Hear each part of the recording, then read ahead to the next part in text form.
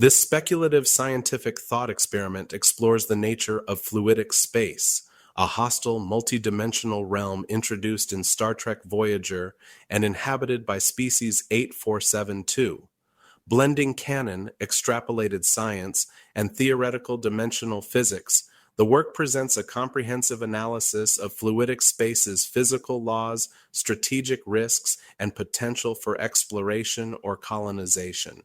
If you enjoy this video, I'd appreciate if you would like and comment, as it helps me with the algorithm and inspires me to continue to post. Star Trek and its trademarks, including Picard, Strange New Worlds, Lower Decks, Enterprise, Voyager, Deep Space Nine, Discovery, and The Next Generation, are all owned by Paramount Global Pictures, CBS Studios Inc., and distributed by CBS and Paramount Plus. This video is for technical speculation with commentary. Fluidic space composition. Fluidic space is depicted as a completely fluidic dimension, a realm where space is not vacuum but filled entirely with some unknown organic or semi-organic biomorphic fluid. It defies most known laws of physics in the prime universe. Based on its portrayal and implications, here's a speculative breakdown of its contents. Planetary bodies, if any. Traditional rocky or gaseous planets likely don't exist as we understand them. If planets exist, they may be gigantic stable nodes of denser organic matter, perhaps floating, living biospheres or reef-like mega-organisms in the sea of fluid. These could be sentient or serve as growth platforms for bioships, cities, or breeding grounds. Analogy. Imagine a floating coral reef the size of a continent, or a planet-sized organism, like the crystalline entity in a denser, gelatinous ocean. Stellar objects, suns, stars. There is no evidence of fusion-based stars in fluidic space. Light may come from bioluminescent organisms or plasma-like currents of energy flowing through the medium. Possibly, instead of stars, there are energy fountains, stable nuclear or exotic reactions suspended in the fluid, emitting heat and light in diffuse glows. Analogy. Deep-sea hydrothermal vents or the glowing rift zones of Europa's ocean beneath the ice. Nebulae and gaseous structures. The entire space is already dense with fluid, so nebulae as dust clouds wouldn't form the same way. However, differently colored currents or fluid zones could exist, perhaps dense with organic nutrients, pollen-like spores, or toxic biowaste. There may be zones or storms of mutagenic material causing spontaneous evolution or destruction. Black holes or gravity wells. Standard black holes as we know them may not function in the same way. However, gravitational anomalies might still occur, perhaps pockets of collapsing biomatter or dimensional sinks that tear holes in fluidic space, leading to instability or even escape routes to other universes. Species 8472 might avoid or farm these anomalies for power or biological evolution. Ambient environment. Highly hostile to foreign life. Normal humanoids would likely be crushed, poisoned, dissolved, or mutated by the medium. Full of telepathic pressure, possibly a natural state, or a defense mechanism generated by the biosphere or species 8472.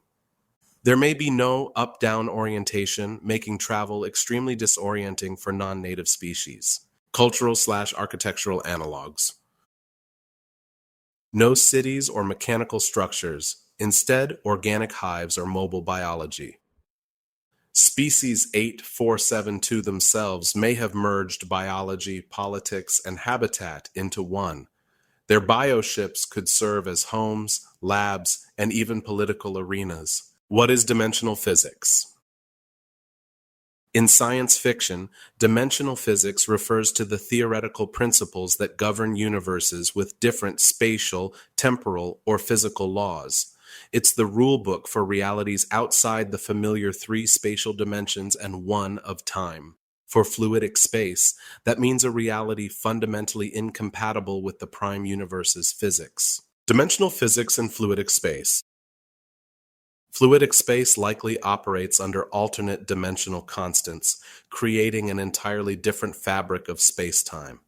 Here's how that might manifest. Different physical constants. Speed of light may vary or be irrelevant. No vacuum. Space is filled with a biochemical medium, like water or cytoplasm. Mass inertia may behave differently, possibly non-local or environmentally determined. Implication: Starfleet ships can't just warp into fluidic space. They'd suffer from total systems breakdown or structural collapse. Topology and geometry. Space may be non-Euclidean. Distance and direction are subjective or relative to organic fields. Movement might be fluid dynamic rather than Newtonian. A ship might swim or grow into its destination. No fixed up-down, which disrupts normal orientation and navigation. Implication: Navigation requires biopsychic mapping, possibly using telepathy or evolutionary resonance to align with natural flows. Time functionality. Time may not move linearly. It might pulse, loop, or be state-dependent, i.e., dictated by biological factors. Time could be biological, related to growth, decay, mutation, rather than clock-based. Implication: Events might be synchronized with life cycles or environmental shifts, not star dates. Matter-energy duality. Matter and energy may not be separate. Everything may be a fluid form of bioplasmic potential, capable of evolving, merging, or self-assembling. Technology is actually grown, not built, a function of biological computing and adaptive material. Implication: Warp cores and engines are useless. Travel is environmentally integrated, like riding currents or latching onto migrating organisms. Conscious physics. Consciousness might play a role in local physics, a kind of observer-participant effect where telepathic intention or will shapes outcomes. Species 8472 may not just live in the dimension, they may regulate or maintain it with their collective will. Implication: Intrusion from outsiders, like Borg or humans, creates dimensional trauma or disruption, provoking aggressive immune-like responses from 8472. Dimensional interactions with prime space. When species 8472 exits fluidic space into normal space, the dimensional rift requires massive energy to stabilize. Risks contaminating or destabilizing both dimensions, may produce temporal echoes, mutation fields, or psychic distress in nearby beings, as seen with telepaths. Strategic and narrative implications. Weapons may not work without dimensional tuning, hence the development of nanoprobe-enhanced weapons. Espionage is impossible unless through biotech mimicry or mental projection. Dimensional warfare becomes less about fleets, more about understanding, adapting, and surviving alien physical laws. Limitations of Voyager in fluidic space. The USS Voyager encountered significant limitations while operating in fluidic space, as shown in Star Trek Voyager, particularly in the episodes featuring species 8472, notably Scorpion Parts 1 and 2. While the show doesn't provide exhaustive technical details, canon and extrapolated sci-fi reasoning suggests several major constraints. Incompatible environment. Fluidic space is not a vacuum, but a dense, fluid-like medium, possibly cytoplasmic or gelatinous in nature. Voyager, designed for warp travel in vacuum, wasn't built for motion through dense biochemical mediums. Result: impaired mobility, increased structural stress, risk of hull breach, biocorrosion, or systems contamination. Dimensional physics breakdown. Normal physical laws didn't fully apply. Light, mass, energy, and motion behaved unpredictably.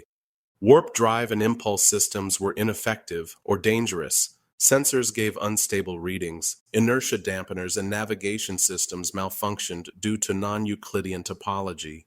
Telepathic pressure. Fluidic space is saturated with telepathic resonance, a kind of ambient mental pressure. Affected crew, especially telepaths like Tuvok, cause disorientation, headaches, or psychic stress, possibly altered perceptions or even behavior, i.e., susceptibility to hallucination or emotional manipulation. Vulnerability to 8472 technology.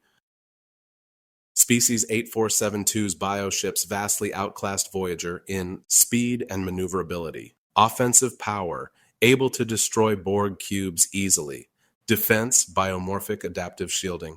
Voyager's standard weapons were useless until retrofitted with Borg nanoprobe torpedoes. Energy limitations.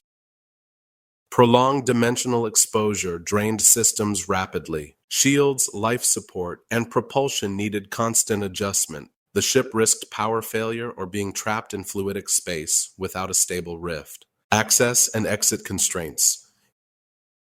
Entering or exiting fluidic space required massive energy discharges, temporary dimensional rifts, stabilized through Borg technology. Without external help, like the Borg or advanced rift generation tech, Voyager couldn't reliably return. Diplomatic and ethical dilemma. Presence in fluidic space was seen by species 8472 as a violation or infection. Even peaceful exploration was considered an act of war. Any action risked interdimensional conflict, genocide, or retaliation against the Milky Way. Conclusion: Voyager was a marvel of Federation engineering, but not built for fluidic space. It survived only by adaptive improvisation, cooperation with the Borg, and a lot of luck. After Q exposed the Federation to the Borg, Starfleet began developing technologies to counter the potential Borg threat if they ever entered the Alpha Quadrant. Similarly, we can assume that after Starfleet became aware of the potential threat of species 8472 from Voyager, they applied the same forward thinking with species 8472 and began prototyping defenses against them. Let's extrapolate on some potential technologies. Fluidic Dimensional Transit Engine (FDTE). For the Federation to study or colonize fluidic space, a hybrid interface for multidimensional navigation and stability requires development. This section extrapolates on these new technologies. Core principles. Dimensional coupling theory proposes that fluidic space exists in a parallel dimensional membrane with distinct physical constants. Transit requires creating a localized coupling field to align overlapping vectors between prime space and fluidic space. Analogous to tuning quantum fields to overlap vibrational frequencies between two branes. Membrane piercing via bioexotic energy.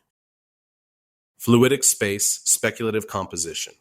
Standard warp fields are ineffective due to fluidic space's biochemical medium and lack of vacuum. FDTE uses bioresonant phase fields, BRPFs, fields that mimic the organic waveform profile of fluidic space, reducing dimensional resistance. Telepathic navigation layer. Navigation in fluidic space is not spatially stable. It requires conscious field harmonization. A neuroquantum core interfaces with telepathic crew, e.g. Vulcans, betazoids, to allow biopsychic vectoring through sentient dimensional flows. Engineering components. Dimensional Interface Core, DIC. Engine module that initiates and maintains a dimensional phase corridor. Built around a quantum biofluidic reactor using stabilized nanoprobes and trans-dimensional organomatter harvested from rift anomalies. Stability lattice anchors, SLA. Create a torus of mass energy suppression to prevent catastrophic recoil from prime fluidic boundary turbulence. Employ anti-frictional field coils derived from Borg-derived quantum shear dampeners. Bioplasmic Buffer Shield, BBS. Hull adaptive field that allows the ship to swim through the cytoplasmic density of fluidic space. Grown from synthetic species 8472 compatible DNA strands, hardened by adaptive nanomatrix filaments. Subdimensional Event Manager, SEM. Predicts spatial drift, biological storms, or mutation zones within fluidic space. Uses predictive AI trained on telepathic waveform instability and mutation field harmonics. Operational parameters. Function. Mechanism entry vector. Calculation requires convergence of spatial temporal coordinates with harmonic waveform alignment. Transit duration, nonlinear, based on bioresonance rather than distance. Communication, real-time updates impossible, relies on biopsychic entanglement or telepathic relays. Risk factor high, incorrect field modulation may result in temporal echoes, structural implosion, or psychic overload. Crew requirements. Telepathic specialist. Manages mental harmonization layer and stabilizes navigational field. Xenobiological systems engineer. Oversees hull and field matrix reactions. Dimensional physicist. Responsible for calculating rift vectors and bioresonance tolerance. Safety concerns. Psychic contamination. Cross-dimensional exposure can cause memory erosion or identity fragmentation. Hull mutation. Improper tuning can result in ship-wide biomechanical transformation.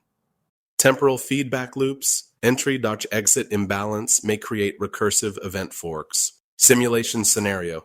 Test transit. First contact protocol 847 2.3. Location, Delta Quadrant, Red Zone. Designation, F Alpha 13. Stardate, 78124.6. Ship USS Valiant, Experimental Intrepid Class. Mission, Objective, execute controlled test of newly integrated FDTE to cross into fluidic space and return without initiating species 847-2 aggression. Phase 1, initialization. Commander Terral, Vulcan telepath, interfaces with the neuroquantum core. The ship's navigation grid vanishes, replaced by a flowing, non-linear biopsychic topology map projected on the main view screen. The crew experiences mild vertigo. The dimensional interface core pulses to life, drawing on nanoprobe-stabilized plasma fed through the stability lattice anchors, forming a twisting, semi-organic torus around the aft nacelles. Phase 2. Dimensional penetration. A localized region of space begins to shimmer like thick gel.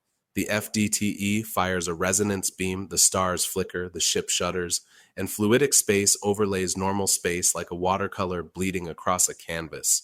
A ripple explodes outward as a dimensional rift opens. Organic fluids drip across the void like molten light. Sensors register zero vacuum and high bioplasmic particulate density.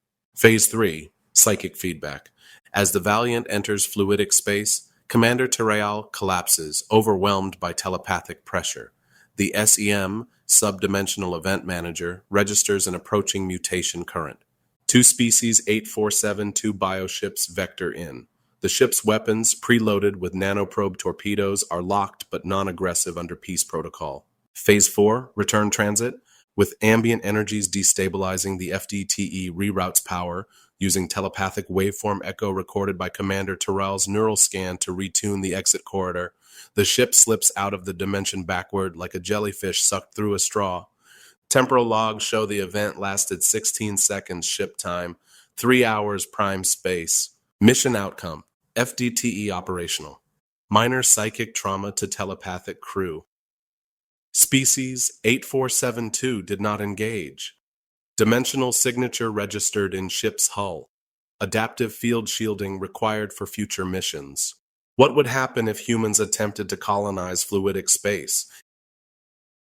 If humans attempted to colonize a portion of fluidic space, the outcome would likely be complex, dangerous, and transformative, both biologically and philosophically. Here's a speculative breakdown.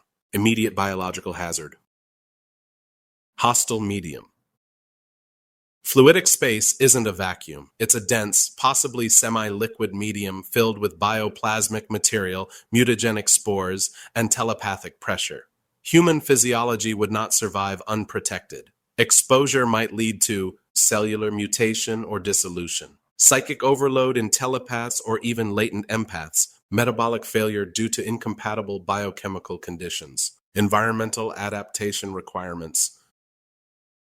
To survive, humans would need adaptive biotech interfaces, possibly symbiotic biosuits that can interpret and buffer against the medium. Artificial neuropsychic shields to prevent madness from constant telepathic noise. Nanoprobe-based terraforming units to carve out safe zones, risking aggressive 8472 response. Species 8472. Response. Species 8472 views any intrusion into fluidic space as a dimensional infection, like bacteria invading a bloodstream. Even passive colonization would likely provoke immune-style eradication strikes, biological countermeasures that mutate or erase human presence, a possible telepathic warning or coercion to leave. Cognitive and philosophical impact. Colonists would face a dimensional environment shaped by consciousness. Perceptions might affect local physics. People could alter reality subconsciously. Shared psychic resonance might merge minds or alter identity. The line between colony and sentient structure could blur. Humans might become part of the ecosystem rather than live within it. Evolutionary acceleration. Fluidic space could function as an evolutionary crucible. Colonists might undergo genetic drift, psychic evolution, or biological fusion with native materials. Over time, humans might become post-human, new species entirely, adapted to or assimilated into the biome. Political fallout in prime space. The Federation might ban colonization as a violation of natural law or sentient territory. The Borg might attempt to infiltrate through the colony, triggering dimensional conflict. The very act of establishing a colony could destabilize fluidic space, threatening multiversal integrity. Conclusion: colonizing fluidic space is not just a technological challenge, it is a philosophical and existential leap. Success would likely mean no longer being human in the conventional sense. Failure would mean eradication. The real question becomes, should we colonize it, and can anyone leave unchanged? In conclusion, fluidic space represents more than a hostile environment. It is a dimensional enigma, a living, thinking, reactive cosmos that challenges every foundational principle of exploration, physics, and identity. In this speculative framework, we find not just a setting, but a philosophical mirror that confronts the Federation, and by extension, humanity, with the limits of anthropocentric ambition. The proposed Fluidic Dimensional Transit Engine, FDTE, and its supporting systems outline the beginnings of technological adaptation, but even the most sophisticated apparatus remains contingent on consciousness, telepathy, and bio-integrated systems. Survival within this domain demands an epistemological shift. Exploration must yield to empathy, and control to resonance. What we build must become, what we map must be felt, and what we seek must be shared. Colonization, if attempted, would not be expansion, it would be transformation. Any Federation presence in fluidic space, however cautious, would set off waves not only across space, but across biology, culture, and perhaps the very fabric of sentient being. The question is not merely, can we go there, but should we, knowing that return may be impossible, not due to technical failure, but because we would no longer be what we were when we left. In the end, fluidic space is not just alien, it is a test of humility, of imagination, of what it means to be alive in a universe that thinks back. This ends the thought experiment on fluidic space. If you made it this far, please like and comment. Until next time, peace.